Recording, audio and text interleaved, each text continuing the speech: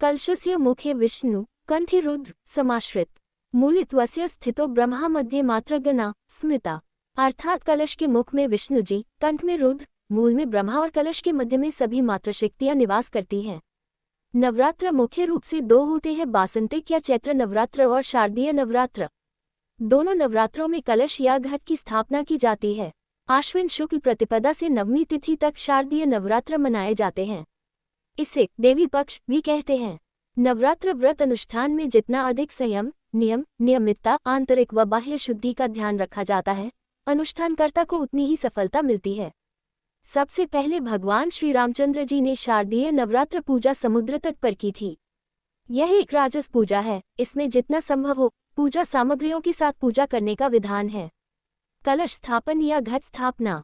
कलश स्थापना का अर्थ है ब्रह्मांड में व्याप्त शक्ति तत्व का घट कलश में आवाहन करके 9 दिनों की आराधना से उसे क्रियाशील करना, जिससे वह दैवीय ऊर्जा आराधक को समस्त सुख, शांति, समृद्धि व मंगल कामना प्रदान करे, इसलिए इसे मंगल कलश भी कहते हैं।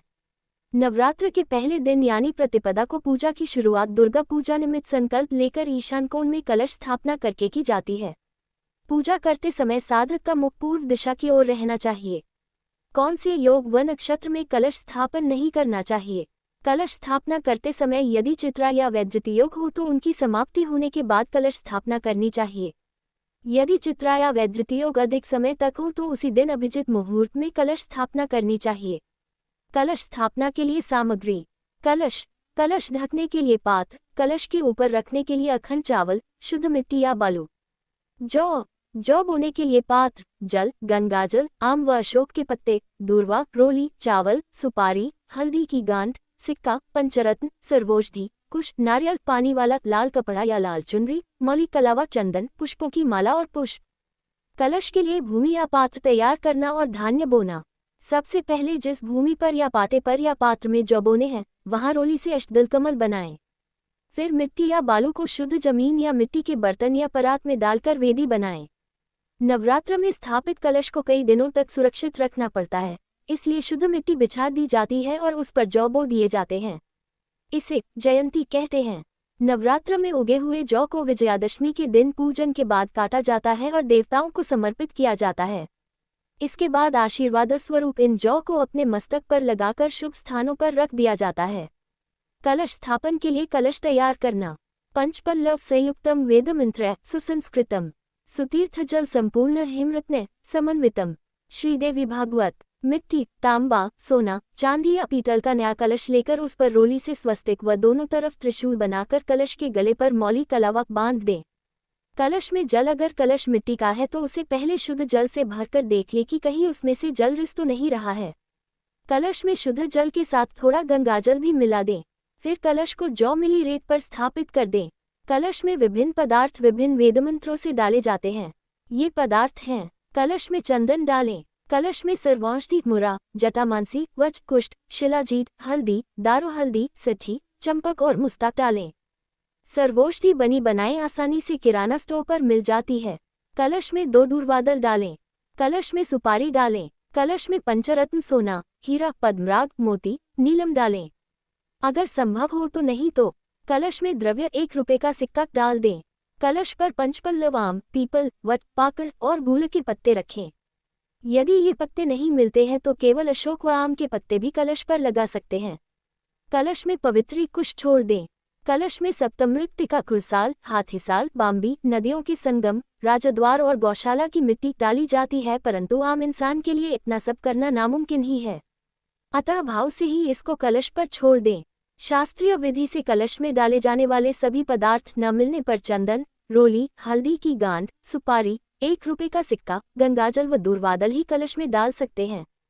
ये सब पदार्थ कलश के अंदर डालने के बाद कलश पर एक प्लेट में चावल भरकर स्थापित करें। फिर लाल कपड़ा लपेटे हुए नारियल को मौली से बांधकर चावलों के ऊपर रख देना चाहिए। कलश पर नारियल स्थापित करते समय रखें इन बातों का ध्यान। नारियल का मुख वाला भाग, जिस तरफ नारियल पर काले निशान होते हैं, सदैव आराधक की ओर होना चाहिए। कलश स्थापना में नारियल का मुख नीचे की ओर रखने से शत्रुओं की वृद्धि होती है। नारियल का मुख ऊपर की ओर रखने से रोग सताते हैं। नारियल का मुख पीछे की ओर होने से धन का नाश होता है। कलश में देवी देवताओं का आवाहन। कलश स्थापना के बाद हाथ में अक्षत पुष्प लेकर उसमें सभी देवी देवताओं व चारों वेदों का आवाहन करें कि वे दुर्गा पूजा अनुष्ठान में इस कलश में विराजे और प्रसन्न होकर हमारे सारे दुरितों दुखों को दूर करें।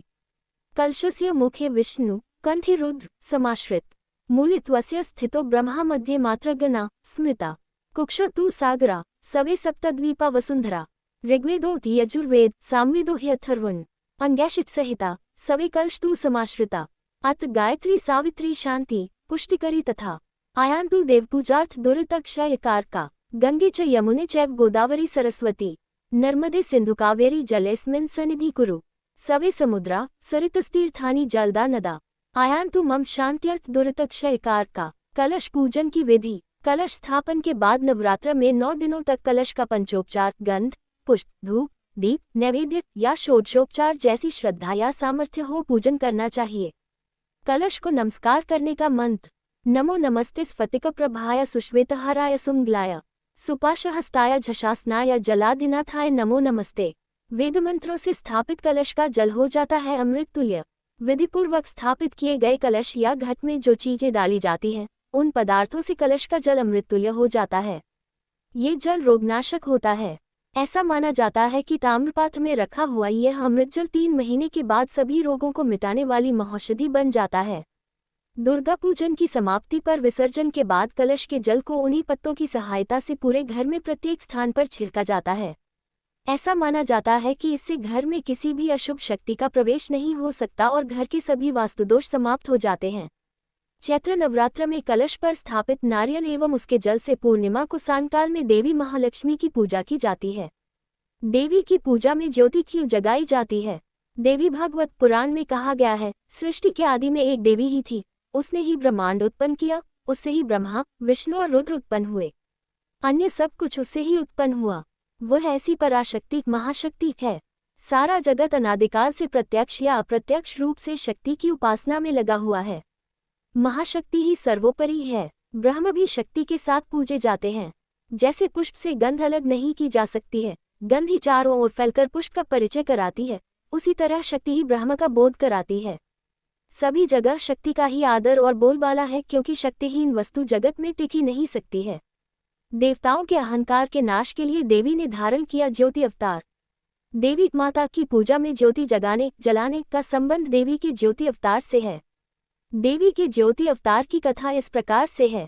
एक बार देवताओं और दैत्यों में युद्ध छिड़ गया। इस युद्ध में देवता विजयी हुए। इससे देवताओं के मन में अहंकार हो गया। सभी देवता अपने मन में कहते, यह विजय मेरे कारण हुई है, यदि मैं न होता तो विजय नहीं हो सकती थी। माँ जगदम्बा बड़ी कृपालु हैं। वे देवताओं के अहंकार को समझ गईं। उनको पता था कि यह अहंकार देवताओं को देव तक नहीं रहने देगा। अहंकार के कारण ही असुर कहलाते हैं। देवताओं में वही अहंकार जड़े जमा रहा है, इसके कारण संसार को फिर कष्ट का सामना करना पड़ेगा। देवताओं के अहंकार के नाश के लिए देवी एक ऐसे तेज पुंज के रूप में उनके सामने प्रकट हो गई। वैसा तेज पुंज आज तक किसी ने देखा न था। उस तेज पुंज को देखकर सभी देवता हक्के बक्के रह गए और एक दूसरे से पूछने लगे, यह क्या है? देवताओं को आश्चर्यचकित करने वाली यह माया किसके द्वारा रची गई है? भ्रमित हुए देवराज इंद्र ने वायुदेव को उस तेज पुंज के बारे में पता लगाने के लिए भेजा। घमंड से भरे हुए वायुदेव ने उस तेज पुंज के पास गए। तेज पुंज ने पूछा, तुम कौन हो? वायुदेव ने कहा, मैं वायु हूँ, मातरिश्वा हूँ, सबका प्राण स्वरूप हूँ, मैं ही संपूर्ण जगत का संचालन करता हूँ। तेज पुंज ने वायुदेव के सामने एक तिनका रखकर कहा, यदि तुम सब कुछ संचालन कर सकते हो तो इस तिनके को चलाओ। वायुदेव ने अपनी सारी शक्ति लगा दी, पर तिनका टस से मस न हुआ।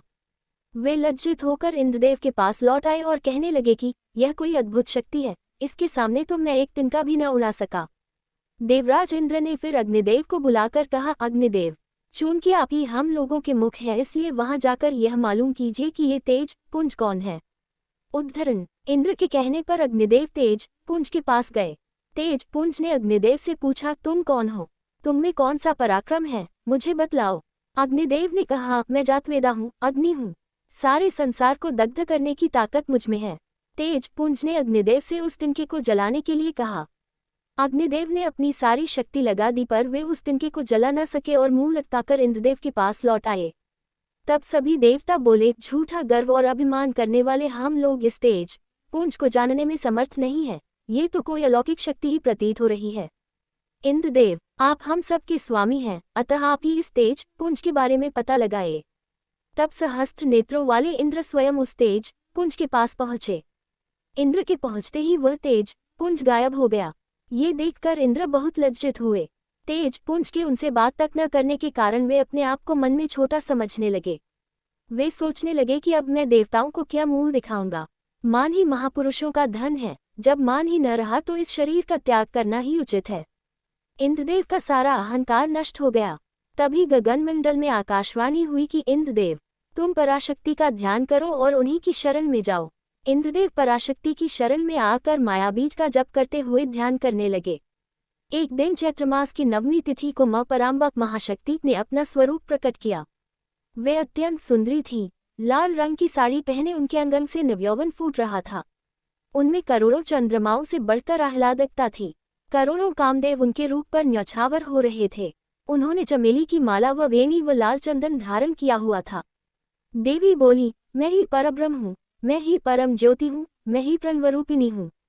मेरी ही कृपा और शक्ति से तुम लोगों ने असुरों पर विजय पाई है। मेरी ही शक्ति से वायुदेव बहा करते हैं और अग्निदेव जलाया करते हैं।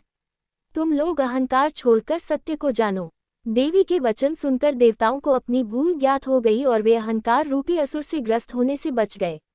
उन्होंने क्षमा मानकर देवी से प्रसन्न होने की प्रार्थना की और कहा कि आप हम पर ऐसी कृपा करें कि हम में कभी अहंकार न आए। तब से देवी की पूजा अष्टमी, नवरात्र व जागरण आदि में माता के ज्योति अवतार के रूप में ज्योति या अखंड ज्योति जगाई जाती है। नवरात्र में प्रतिदिन देवी की ज्योति जगाकर उसमें लौंग का जोड़ा, बताशा, नारियल की गिरी, घी, हलवा पूरी आदि का भोग लगाया जाता है। नवदुर्गा रहस्य। शैलपुत्र मां शैलपुत्री प्रकृति की क्रियात्मक तथा भू तत्वात्मक दो भावों की संचालिका है। शैलपुत्री अर्थात पर्वत की पुत्री। पर्वत भू तत्वात्मक है, अर्थात स्थूल से उत्पन्न होने वाली गति। पृथ्वी तत्व की परिचायिका है। तारांकन स्थूल शरीर रूपा, धारक शक्ति तथा धैर्यवती तथा परम सहशीलता है। ब्रह्मचारिणी ब्रह्म जैसी चर्चा वाली ब्रह्माई जल तत्व को हस्तगत रखने वाली परम तेजोमयी शक्ति है। तारांकन परम वीर्यमयी चरित्र रूपा शक्ति पुंज है। वीर्य रक्त से बनता है अर्थात रक्त का रूपांतर है। प्रकृति के क्रियात्मक अंग तथा जल तत्वात्मक शक्ति रूपा है। चंद्रघंटा अग्नि तत्व की तेजोमयी मूर्ति। मां चंद्रघंटा अमृतमयी स्वब्रह्मामयी रूपिणी है। तारांकन चंद्र में प्रकाश सूर्य द्वारा प्रकाशित है। चंद्र अर्थात सोमरस प्रदान करने वाली श्रेष्ठमयी, घंटा अर्थात अग्नि शब्द ध्वनि का परिचायक है। भगवती का अग्नि में क्रियात्मक स्वरूप है। घंटे से ब्रह्मनाद व अनहतनाद स्वरूपिणी है।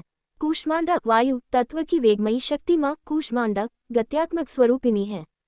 तारांकन कूष्मांड अर्थात गति युक्त अंड वायु उत्पन्न करने वाली मां संसार में निष्क्रियता तमस का नाश कर चरवती का संदेश प्रदान करती है। समस्त जगत चराचर की स्वामिनी मां की जगत की उत्पत्ति, पोषण व विलय का कारणभूत है। स्कंदमाता आकाश तत्व की स्वामिनी मां स्कंदमाता स्वामी कार्तिकेय की जननी है। तारांकन नवदुर्गाओं में बाईं और व दाईं और चार चार कन्याओं तथा बीच में स्कंदमाता प्रतिष्ठित हैं। सभी तत्वों की मूल बिंदु हैं। एक और पृथ्वी जल अग्नि व वायु ये चार तत्व है। कुजोर मरयति इति कुमार अर्थात कुत्सिज्ञ विचारों का जो त्याग करे वही कुमार है। दूर विचार का काम क्रोध लोभ मोह आदि अहंकार का जो त्याग करे वही कुमार है। ऐसा भक्त जब इस स्थिति में स्थित होकर मां को पुकारता है तब माता तत्क्षण उसे कुमार की भांति अपनी गोदी में उठा लेती है। कात्यायनी मन तत्वात्मक स्वरूप वाली महिषासुर मर्दनी विश्व के सृजन पालन व संहार की अधीश्वरी है।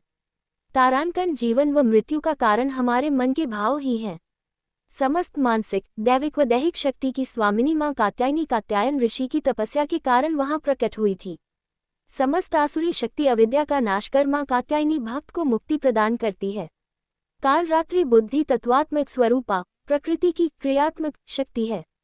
तारांकन काल अर्थात समय व समय का निर्णय बुद्धि ही करती है।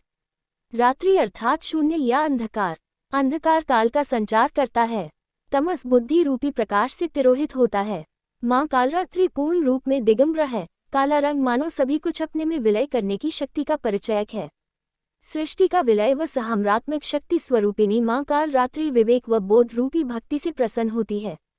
समस्त जड़ता अज्ञान तमस रूपी अंधकार का नाश करती है। सत्यपूर्ण, नग्न व सभी आडंबरों से शून्य होता है। महागौरी चित्तत्वात्मिक स्वरूपा। महागौरी भगवान शिव की शक्ति है, चैतन्यता प्रदान करने वाली चित्त स्वरूपिणी भगवती चैतन्यमयी परम गौर वर्णी है। अंधकार का नाश करने वाली परम ज्योतिमयी प्रकाशमयी शक्ति ही महागौरी वृषभ आसन पर आसीन है। वृषभ धर्म का स्वरूप है।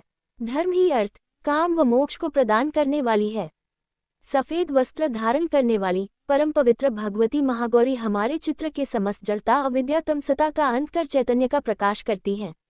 सिद्धिदात्री सिद्धि प्रदान करने वाली अहम तत्वात्मक स्वरूपा माँ सिद्धिदात्री स्वयं का बोध कराती है। तारांकन बाहर की समस्त जड़ता अविद्या तथा पंचपाशों का नाश कर ध्यान की ऊंचाइयों को प्रदान करती है। ध्यानस्य होना, समर्पण का भाव हृदय में हो, अहम का विसर्जन होना तथा अपने अहम को परम शक्ति दुर्गा माँ में लीन होना ही परम सिद्धि को प्राप्त करना है। यही सिद्धिदात्री माँ की आराधना का गूढ़ रहस्य है। नवरात्रि में क्यों बोए जाते हैं जौ? माँ भगवती को क्यों प्रिय है जौ? नवरात्रि में कलश और घट स्थापना के साथ ही एक घट में जवारे अर्थात जौ या गेहूं बोए जाते हैं। माता दुर्गा को ये बहुत पसंद है। 1. नवरात्रि में कलश के सामने एक मिट्टी के पात्र में मिट्टी में जौ या गेहूं को बोया जाता है और इसका पूजन भी किया जाता है। बाद में 9 दिनों में जब जवारे उगाते हैं तो उसके बाद उनका नदी में विसर्जन किया जाता है। 2. जवारे को जयंती और अन्नपूर्णा देवी माना जाता है। माता के साथ जयंती और अन्नपूर्णा देवी की पूजा भी जरूरी होती है। 3. मान्यता है कि सृष्टि के प्रारंभ में सबसे पहली फसल जौ ही थी। इसे पूर्ण फसल भी कहा जाता है। 4. जौ या गेहूं अन्न है और हिंदू शास्त्रों में अन्न को ब्रह्म माना गया है, इसीलिए भी नवरात्रि में इसकी पूजा होती है। 5. जब भी देवी या देवताओं का हवन किया जाता है तो उसमें जौ का बहुत महत्व होता है। 6. जौ बोने से वर्षा, फसल और व्यक्ति के भविष्य का अनुमान भी लगाया जाता है। कहते कि जौ उचित आकार और लंबाई में नहीं उगे तो उस वर्ष कम वर्ष होगी और फसल भी कम होगी, इससे भविष्य पर असर पड़ता है। 7. बोए गए जौ के रंग से भी शुभ अशुभ संकेत मिलते हैं। मान्यता है कि यदि जौ के ऊपर का आधा हिस्सा हरा हो और नीचे से आधा हिस्सा पीला हो तो इसका आशय यह है कि आने वाले साल में आधा समय अच्छा होगा और आधा समय कठिनाइयों से भरा होगा।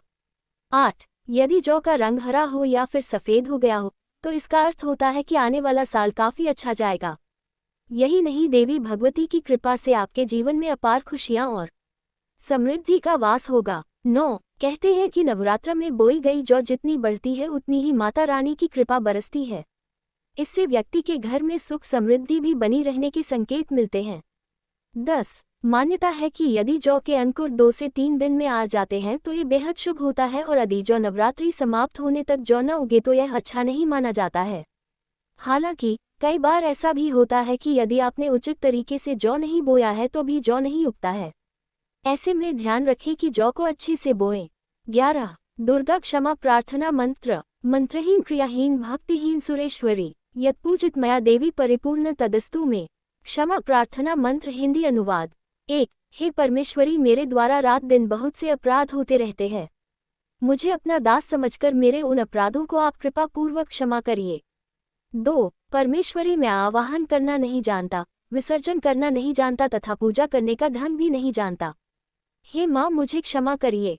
3. देवी सुरेश्वरी, मैंने जो मंत्रहीन ना मंत्रों को जानता हूँ, क्रियाहीन ना क्रियाओं को जानता हूँ और भक्तिहीन ना भक्ति के प्रकार जानता हूँ पूजन किया है, वह सब आपकी कृपा से पूरे हों।